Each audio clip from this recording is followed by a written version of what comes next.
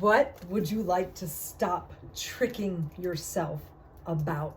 Tricking your mind, tricking your life. Stop tricking yourself.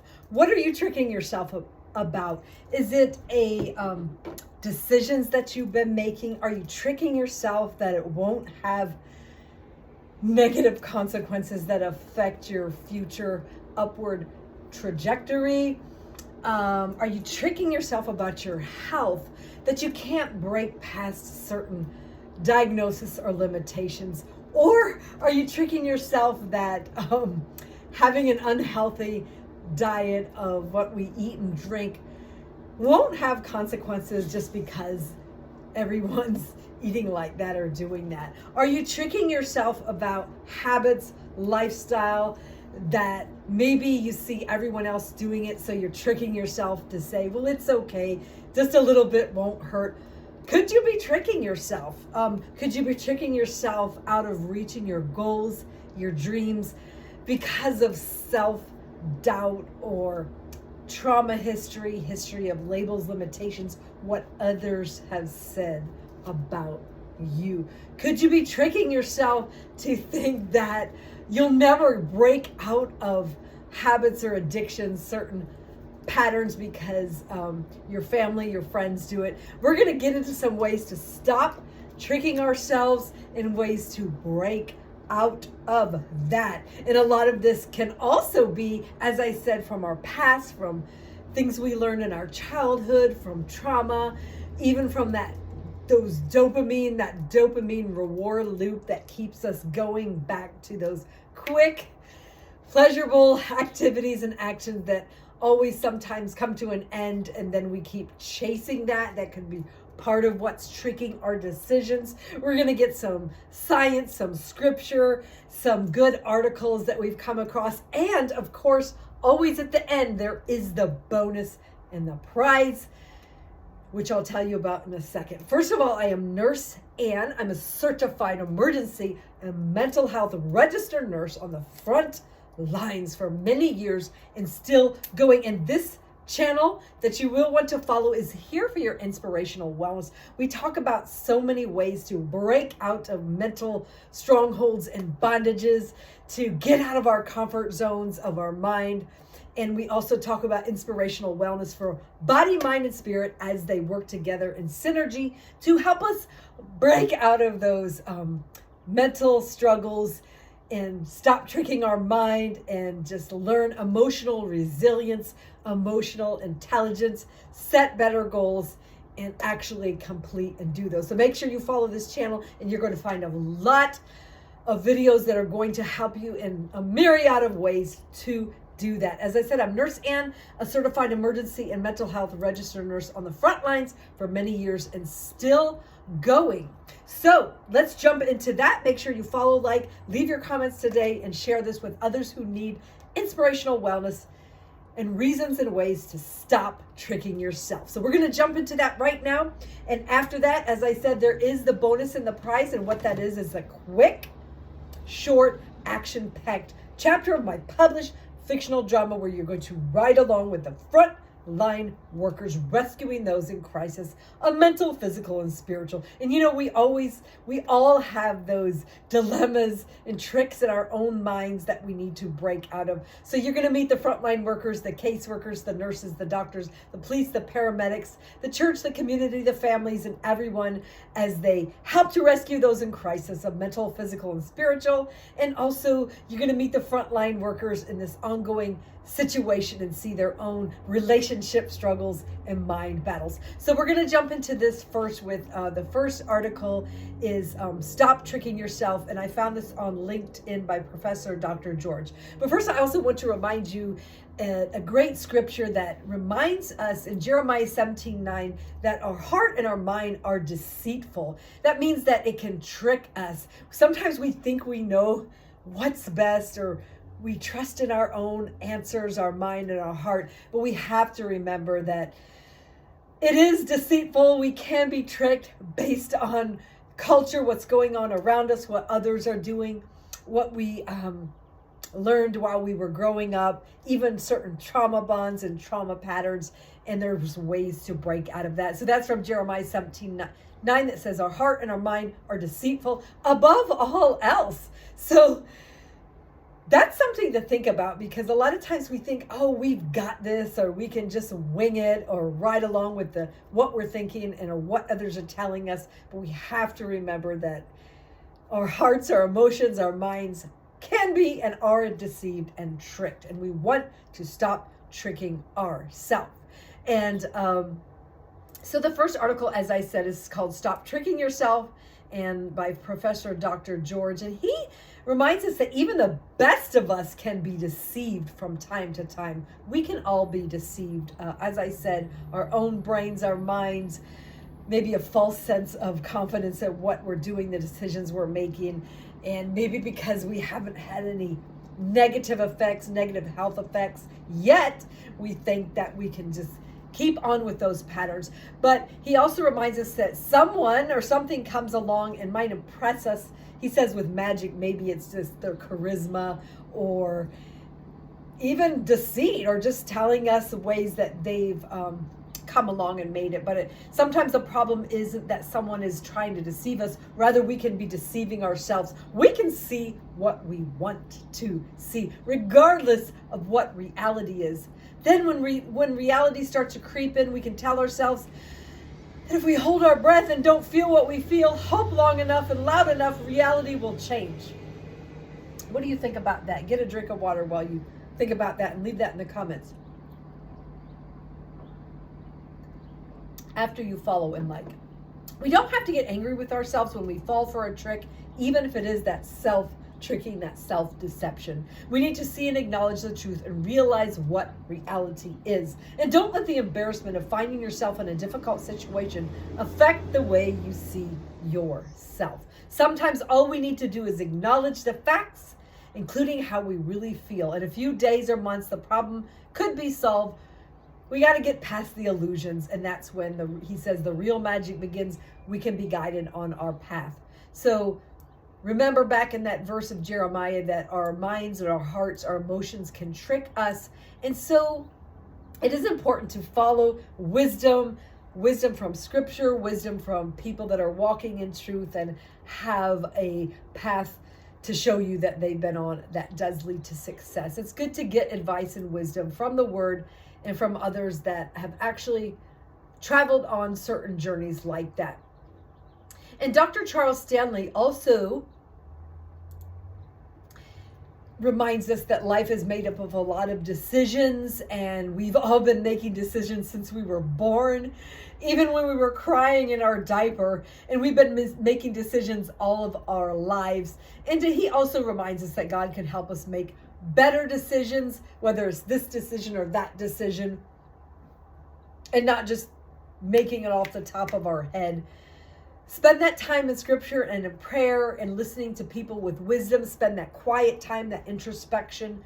And when we depend on scripture and people that we can trust that can help us have wiser decisions, because as I said, a lot of times our mind and our emotions can trick us into thinking just because something feels right or it looks okay in the moment that it's not going to lead to any type of regrets. And that's not always true.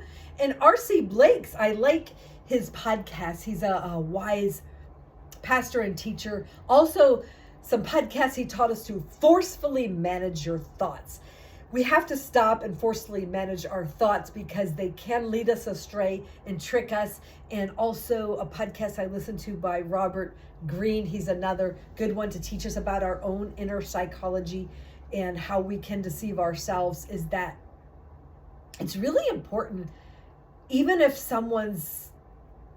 even ourselves is wanting us to make a quick decision, we have to train ourselves to step back. We can do that through meditation and prayer and just practicing this as an exercise, strengthening that brain and mind and emotional muscles of emotional resilience and brain resilience. So it's important to step back, really look at the pros and cons of what you're thinking about. A lot of times we think, oh, we can just make that quick decision based on how we feel and our emotions. But a lot of times that can lead us into decisions that it might not work out best for us in the long run. So there was a couple more. Let me find these for you. In the meantime, as I said, I'm Nurse Ann, a certified emergency and mental health registered nurse. Make sure you follow this channel. And this one right here, self-deception, why we do it and how to stop it. So tricking ourselves, deceiving ourselves. And this one is from, it's a really good one.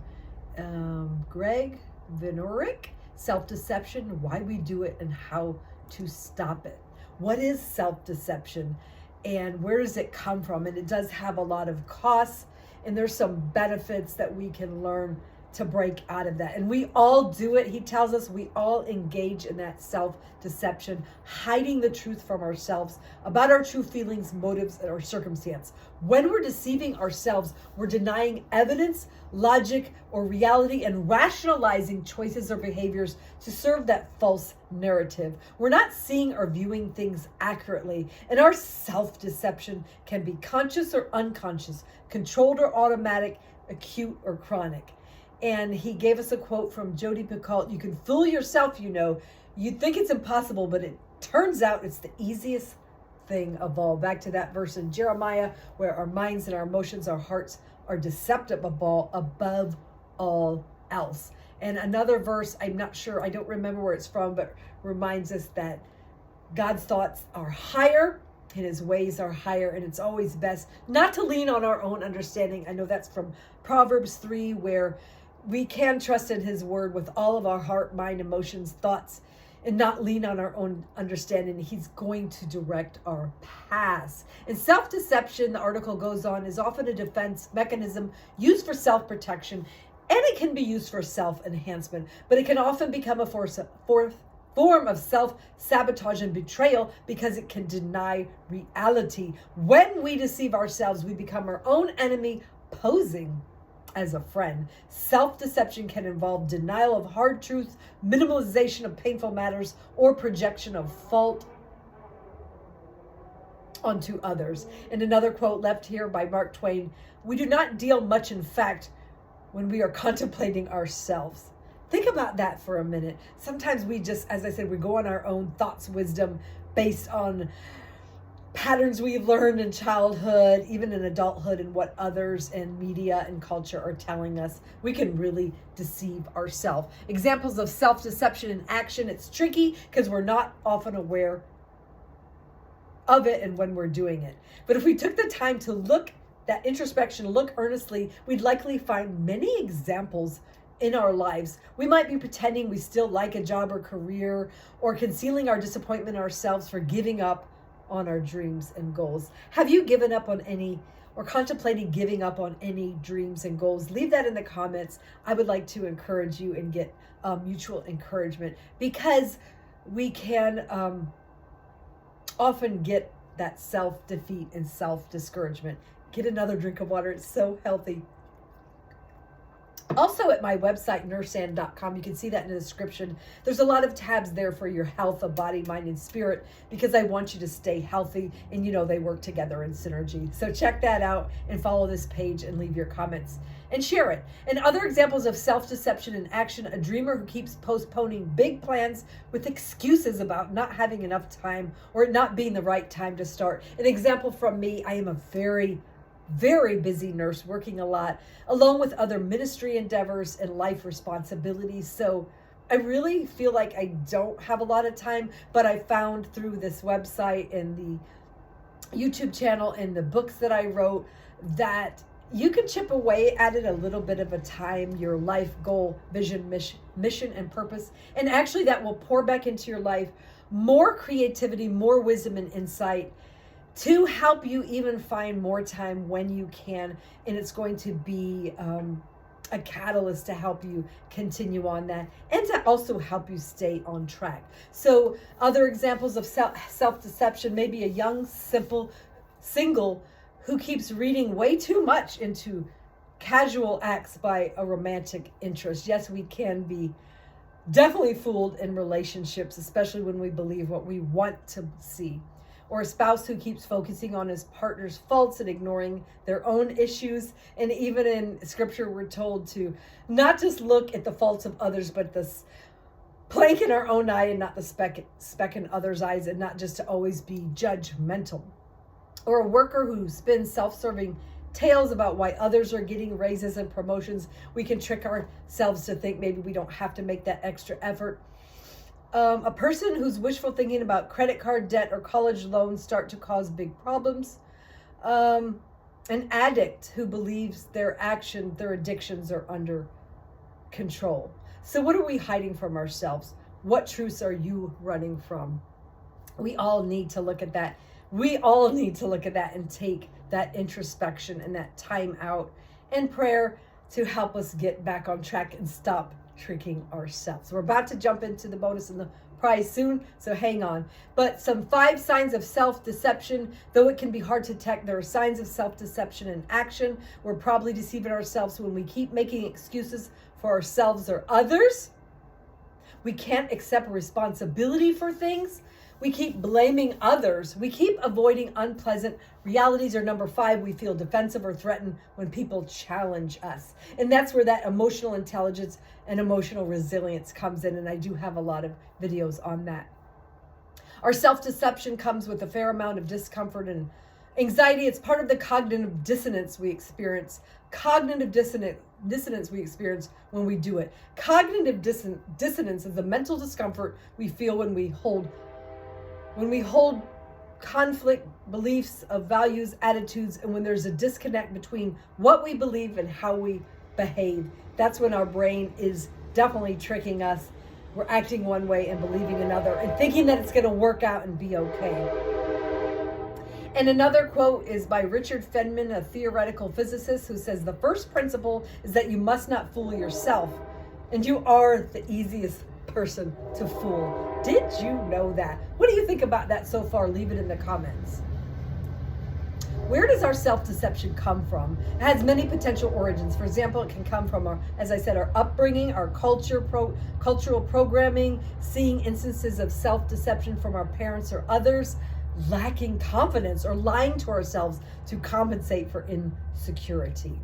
Fear of judgment from others, deceiving ourselves with stories or rationalizations that prevent us from facing the consequences, wanting to please others, rationalizing the downplay of our own needs so we can stay in others' good graces, wanting to impress others, kidding ourselves into believing we're better while we're downplaying our flaws, wanting to avoid painful thoughts or experiences after we've endured hardship or trauma. And we all need either therapy, whether it's from a therapist, scripture, church, friends, family, self-introspection, and that's really important. And also preferring the convenience of an easy delusion over a hard truth, they tell us. We might engage in self-deception out of anxiety, neediness, desire, or other powerful emotions. Our emotions are powerful, and as I said, can get in that dopamine cycle where we get that quick hit of dopamine from a pleasurable activity, and they're fine, but we have to look at it and make sure it's okay for our life. And some of them can just keep us on a hamster wheel of chasing that addiction, that compulsion, that habit, that dopamine hit. As humans, we have emotional attachments to many beliefs. Some could be irrational. Our self-deception can serve as a coping mechanisms for strong feelings of shame about our actions, feelings, or habits. So this is definitely something we need to look into, is start looking into the setbacks and taking responsibility. It can have high costs. It's not only a matter of mental games we play. Unfortunately, its consequences are very real. Examples can be self-deception can make it harder to grow and develop because we're not seeing our flaws clearly. It can detract from our mental and emotional clarity, cause us to lose sight of who we really are and what's real because we've been deceiving ourselves too long. Aggravate our worry and anxiety. It leads to letting things deteriorate further, leading to numbing behaviors like binge watching, overworking, drinking, overeating, and more. It can make us feel like a fraud. make us feel exhausted from all the mental gymnastics of lying to ourselves and trying to cover it up, lead to inaccurate judgments and poor decisions since we're going off faulty data, make us feel that shame and guilt, leading us to deceiving others often, not just ourselves. We don't want to be deceivers of ourselves, especially of others. A lot of times people get in that trap just to think they're get ahead in life, but we want to walk with integrity. That's very important. It can weaken our relationships, diminish our power and agency in directing our lives effectively, keep us trapped in bad or even dangerous habits, situations, or relationships, become a vicious circle and way of life, a bad habit pattern that keeps harming us in many areas. In another quote by Philip K. Dick, a writer, reality denied comes back to haunt. It can become a downward spiral leading to further self-deception and a host of other problems in our lives. The longer we do it, the more we believe the lies, and we start losing trust in ourselves. We no longer accept and trust ourselves or feel we have self-control in our lives. And the other quote is by Terry Cole, a licensed clinical social worker. Some people spend their entire life in self-deception or denial, but the situations or circumstances that we are denying will usually get worse with time. So take a moment to think about what you might be tricking yourself and deceiving yourself about. And according to researchers, when we're not authentic, it makes us feel immoral and impure. And so authenticity and self-discovery is important. Are there any benefits of self-deception? It says it can help protect us as used as a coping mechanism or even a survival tactic against painful or even intolerable emotions after we've experienced trauma. It can help us with our motivation when facing challenging situations, reduce cognitive load, which is the amount of information we can hold at one time in our brain's working memory in some circumstances, thus helping to conserve cognitive resources. In the end, though, many acts of self-deception will end up harming us in the long run if we let them continue. And everyone self-deceives, but that doesn't make it harmless. At high levels, it is associated with poor mental health. At moderate levels, it can temporarily protect the self-deceiver from bad feeling, but still presents a barrier to the deep well-being that comes from living with integrity. To be really happy, we must learn to be completely honest with ourselves, and that's from Arthur Brooks, and Quit Lying to Yourself from The Atlantic. And self-deception affects our leadership. In the workplace, self-deception can inhibit our effectiveness and degrade our leadership. It can limit our growth and potential since we're not facing up to our weaknesses, prevent us from seeing beyond our own opinions and priorities, lead to unethical decisions and behaviors, including justifying poor behaviors such as intimidation, harassment, bullying, even gossip. Inhibit our leadership effectiveness and thus organizational productivity, and lead to crisis because we're in denial about problems and our role in them. And Paul Coelho, a Brazilian novelist, said, if you want to be successful, you must respect one rule: never lie to yourself. And Daniel Kriegman, Robert Trevers, and Malcolm Slavin said, if a liar can deceive himself into believing he's telling the truth, he will be far more effective in convincing others. So we don't want to lie to others, but we also want to get that emotional intelligence, healing, emotional resilience, so that we don't believe the lies of others and ourselves. We can hide the truth from ourselves, and which makes us hide it from others. So we got to break past this. What to do about it? They say, though self-deception is a common and vexing problem, there are many things we can do to address it. Be on the lookout for examples in our own life so we can begin to address it. Commit to being fully honest with ourselves and fierce with reality. As R.C. Blake said, forcefully manage your thoughts. Commit to being fully honest, or engage in regular self-reflection, that self-introspection along with prayer and soul searching. And this will help build self-awareness, and we can have a clearer sense of who we are, what motivates us, and what trips us up. Work to understand the root causes reflect on our fears, where they come from, how they show up in our lives, work on our self-acceptance, especially accepting our flaws, develop our confidence so that we can truly believe we're enough and we don't need to lie to ourselves. Remain open to changing our mind about things as we obtain new information or perspectives. Seek help with being honest with ourselves from trusted friends and colleagues, coach, mentor, therapist. When we find ourselves blaming others, shift our focus from the faults of others to ideas about how we can help them. You can journal, do observations, reflections. Check that out in your journal. And conclusion, the benefits of being totally honest with ourselves. Then we're going to jump into the bonus. The work of moving from self-deception to fierce acceptance of truth and reality may not be easy, but it's well worth it. In the process, we'll start trusting ourselves again and develop our self-acceptance as well as our authenticity. Authenticity is beautiful. Meanwhile, we can develop our emotional intelligence, connect more genuinely with others, set good examples by being honest and self-aware, and get better results in our chosen endeavor. So the reflection questions they leave for you: to what extent are you engaging in tricking yourself in that self-deception, and what areas? How is it holding you back? What will you do about it starting today? So that was the articles on self-deception and tricking ourselves. Now we're going to jump into the bonus and the prize as soon as I show you a quick couple excerpts from my published devotionals that will also help us on this trajectory. The first one is for my Inspiration Battles devotion, and this is biblical medicine for real life, but also it's all about soul searching with a dose of encouragement, because we all need that. And today I chose, this is an A to Z devotional, I chose from the letter R, and the word is realization. So epiphanies can shed light on previously misunderstood situations.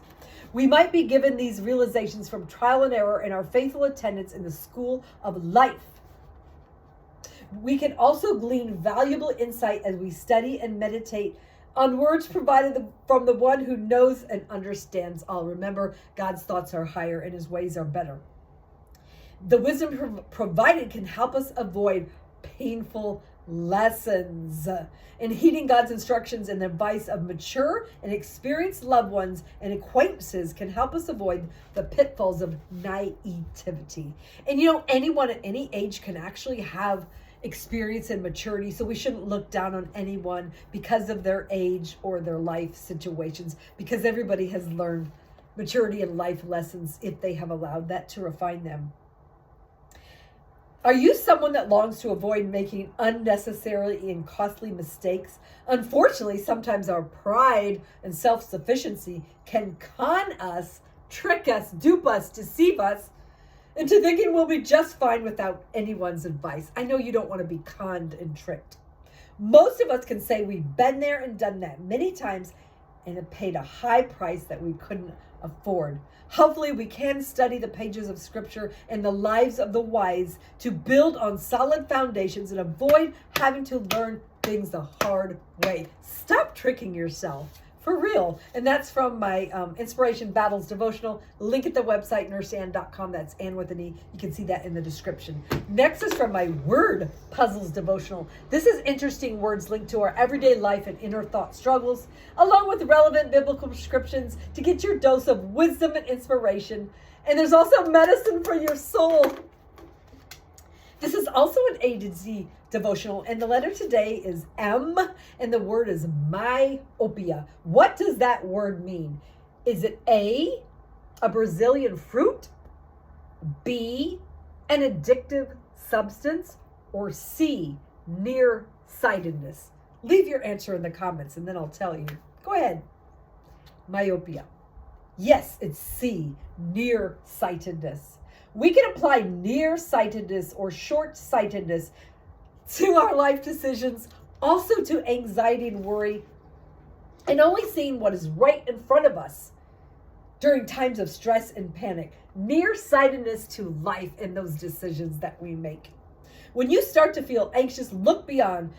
Especially look to God for those creative solutions and insight. And Psalm 121 indicates that if we look to the hills, past our problematic situation and ask for guidance and wisdom, the insight will be provided. Instead of nearsightedness, you can choose to allow God to help you work out the battle you're facing. And that was from my Word Puzzles devotional, link at the website, nurseann.com. And I also have Energized Health, Body, Mind, and Spirit. As I said, our body, mind, and spirit work together in synergy. So this is for your total health. Let's get started. There's also the Mental Healing Poetry devotional. A lot of people gravitate to this, of course, because we all need mental healing. And I just started doing spoken word poetry in here, and it's also at my website. You can see me read these as they come to life. But there's a lot of life challenges discussed in here, along with God-ordained courage and healing to help us turn away from those mindsets controlled by fear and trickery. So there's a lot of real life situations that I see people going through on the front lines of mental health and emergency, along with our own thought battles. And I really get into some insightful and deep real life poems. And then there's a devotional piece to this, and you will love the Mental Healing Poetry devotional by Nurse Ann, hopefully your favorite nurse and new indie author. And then the last but not least, and then we'll go to the bonus and the prize, is a new, my newest is Ignite Life Poetry devotional, and it's going to help us as we go, dare to inspire and bless everyone in our path. There's a lot of life stories in here in poetry form. Just a lot of struggles that I see people going through in mental health and emergency, and also in the world at large. A lot of serious subjects are discussed in the Ignite Life Poetry devotional, along with inspiration to listen to other stories and also get insight for our own, and along with the devotionals in there. So Ignite Life Poetry devotional by Nurse Ann. So let's jump into that. But first, please, as I said, please follow this channel. It's going to help you tremendously with your inspirational wellness, along with breaking out of mental bondages and helping others, and share it with others. So we're going to jump into that right now. Drink of water. So what is this? It's a 6-part fictional drama series that I created in my free time as a busy nurse on the front lines of emergency and mental health. And this is all connected, but each episode or story, I call it an episode because it's written to be a television drama series one day with your help. But each episode and story, each book highlights a couple different mental health struggles and life struggles that people go through.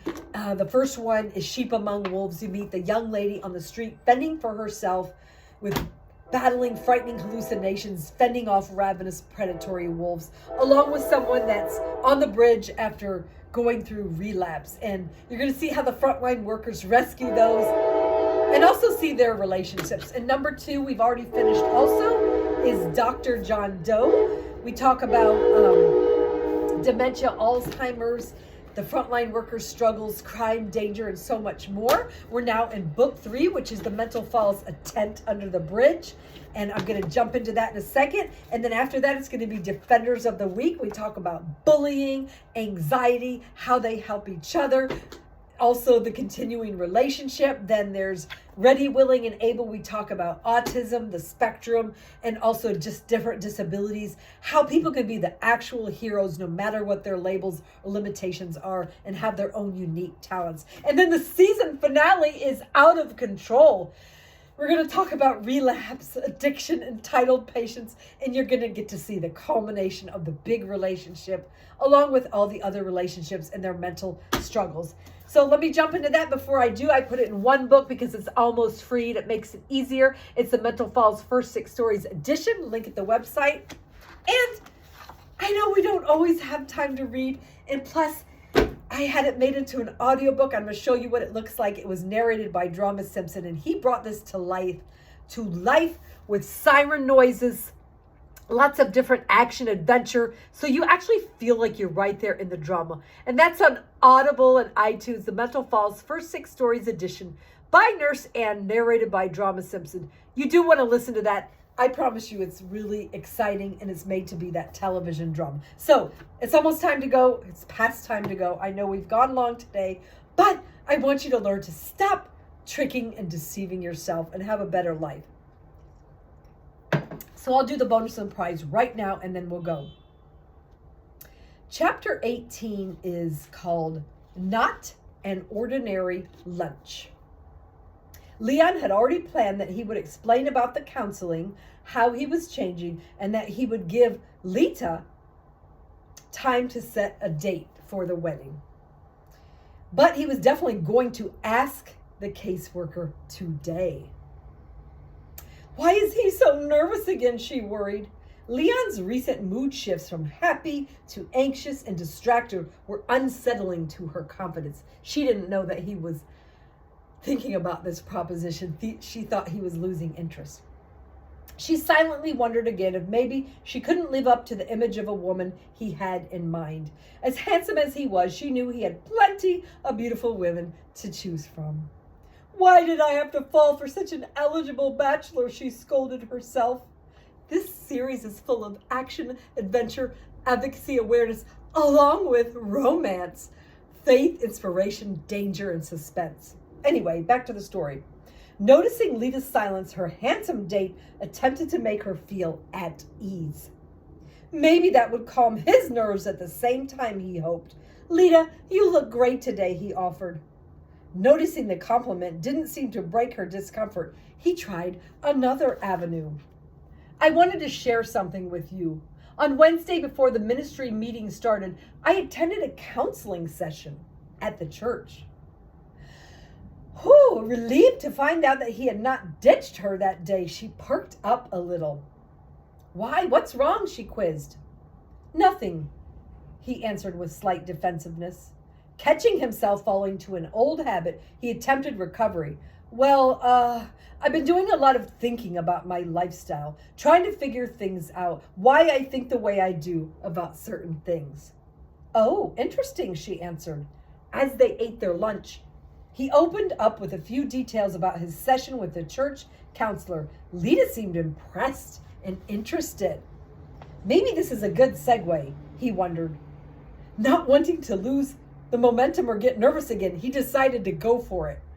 As he put his hand into his pocket to retrieve the ring box, he felt his phone vibrating.